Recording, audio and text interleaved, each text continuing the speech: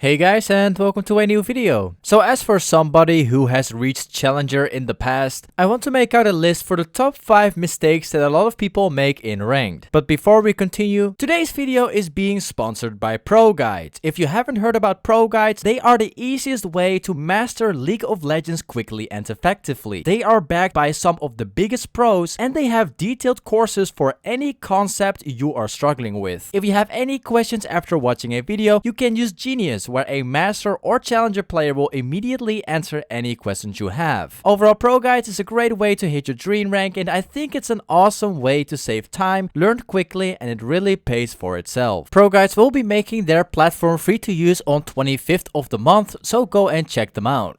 So now going back to the video, the first one I have on the list on the number 5 spot is too much casual. The reason I got this on the list on the number 5 spot is because 90% of all the people that play ranked play too much casual. I can understand that most of the players don't only play the game for ranked, but they also play the game for fun. And for many players, normal games is a way to untilt themselves from ranked. The truth is, if you want to get better at ranked and you want to be able to climb, you have to dedicate yourself to ranked only. If you start to play ranked only, you will be able to play against the same skill level on every single game that you play. Everybody that you are playing with is as bad as you are, and you will have to find out a way to be able to carry them. By taking this challenge, you will be able to get better at the game, and you will see the results. Also, the problems about normal games is that the games are very inconsistent. Not is there only a massive skill gap between all of the players in every team, but even if you are playing as a very good player, he might just be playing for fun or playing a fun champion, which he has never played before. Or maybe he's just having fun with his friends and he's not really trying at all. This is why you want to play ranked only, so you can have very consistent games. And if you happen to improve at the game, you will be able to see results. If you can manage to reach a new rank that you have never been there before, you will feel really good and you will be able to stay motivated to keep going. The more and more you climb, the more confident you will be in winning games, the more motivation you will have, and the better you will get at the game. Unfortunately, you don't really get those things in normal games, as the only thing that you get from winning is a winning count. So why would you play normals if you can play rank too? Moving on to the next mistake that we have on the list. On number 4, we have filling for the team. So this is one of the biggest mistakes that you can make if you are trying to climb. If you have a teammate that has been auto-filled into a lane that he never plays, you should never swap with them. Don't let yourself ever be carried by your teammates by swapping the roles. You are looking in a way to improve in the game. You want to get out of your division by yourself. If you are able to get out of your division with your main role and your main champion, then that means that that is truly your skill level. Anyways, when you do decide to swap with your teammates, make sure he's actually playing his main role, because otherwise you might just be better off playing your own role instead. The reason I'm saying this is because a lot of the players get support nowadays, and they will do everything it takes to not get support but just get another role. Even if they don't actually play that role, they are still asking so that they don't have to play support. Anyway, just take my advice and don't give out your role at all. You just want to keep playing your main champion and your main role. Remember that you're not just playing ranked just to win games, but you're also playing ranked to improve. Moving on to the next thing we've got on the list. On the number 3 spot, we have playing way too difficult champions. Now don't get me wrong, you can pretty much climb with any champion that exists in the game, and if you dedicate yourself enough to one champion, you should always be able to climb. However, if you want to save yourself the troubles and a lot of time, and you want to climb ranked much faster than a normal person should, dedicate yourself to a champion that's very easy to play and doesn't take really that much time to pick up.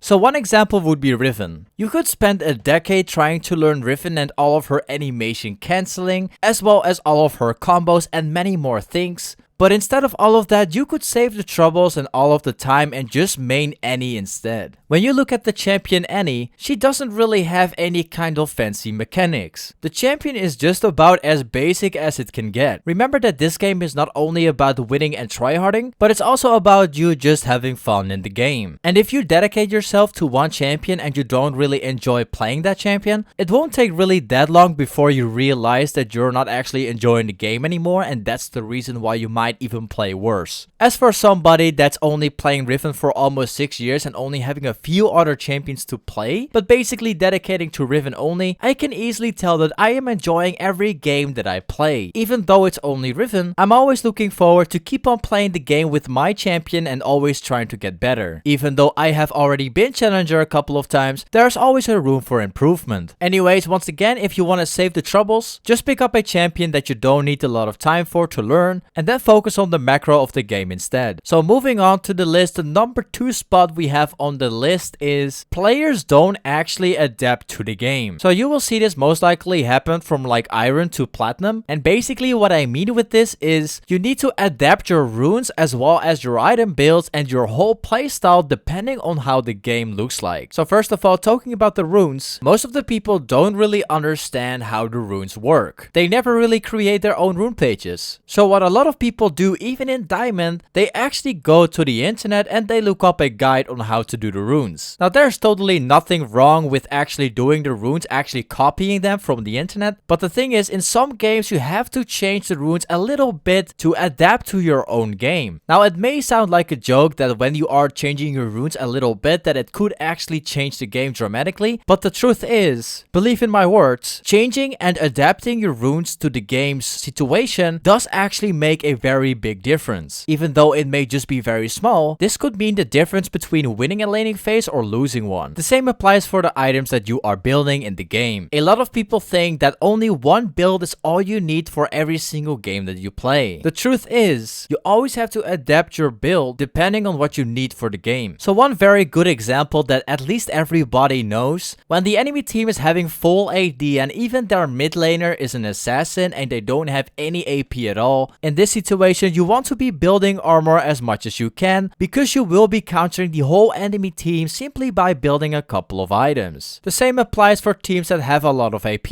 If they have 2 champions that are heavy AP or even more, you want to make sure you get more magic resist than you normally should, and having this little mindset, the list will continue to go on. If you are playing Riven, you need to decide whether you want to go for a one-shot build and be able to one-shot the enemy team completely, or you want to build yourself depending on full long extended trades, or being able to go full in. When you are watching my stream a lot, you will often see me swapping between Doran's Shield and Longsword with 3 potions a lot. The difference between these 2 starter items are very huge, and they could easily tell the difference between having a hard laning phase or having an easy one. When you look at the lower elos, people often never think about their starter item at all. Anyway, moving on to the number 1 that we have on the list of mistakes, people focus too much on kills. First of all, this is not Call of Duty and this is a team game and it's about getting objectives. Getting kills is definitely good if you want to get a lot of gold and get really fed in the game, and it's also a very good way to snowball. But the reason that most of the low elo games, especially in gold or platinum, that they last for way too long is because people don't actually look for a way to end the game. People are too much focused on actually making kills. The same applies for the laning phase. If you know that you are going to have a hard matchup, you don't necessarily need to win your lane and get the kill. You might as well just play as safe as you can and not risk anything at all. But generally, most of the people think that the only way to carry games is simply by getting the best KDA in the game. This is a very inconsistent way of playing the game. Don't actually trick yourself into thinking that all what matters is KDA. If you are having a very easy matchup, then yes, you should actually look into ways to snowball in your laning phase. However, if you have a really bad matchup, just look into farming and look for ways to set up ganks or look for objectives. That's honestly just the best thing you can do. Don't risk yourself losing lane by trying too hard. Also, if you risk yourself dying in a teamfight but you can trade yourself for 3 more kills, then you should definitely go for that trade. And once again, don't trick yourself into thinking that KDA is a thing. Do you rather want to win your games or have a very fancy KDA for your friends? Anyways guys, this was it for the video. Thank you so much for watching this video guys. If you want to see me play live on stream, make sure you follow my stream. And if you want to be a part of an amazing community, then make sure you join my Discord server today. So with this all being said, don't forget to subscribe and like, and I'll see you guys in my next video, man. Peace.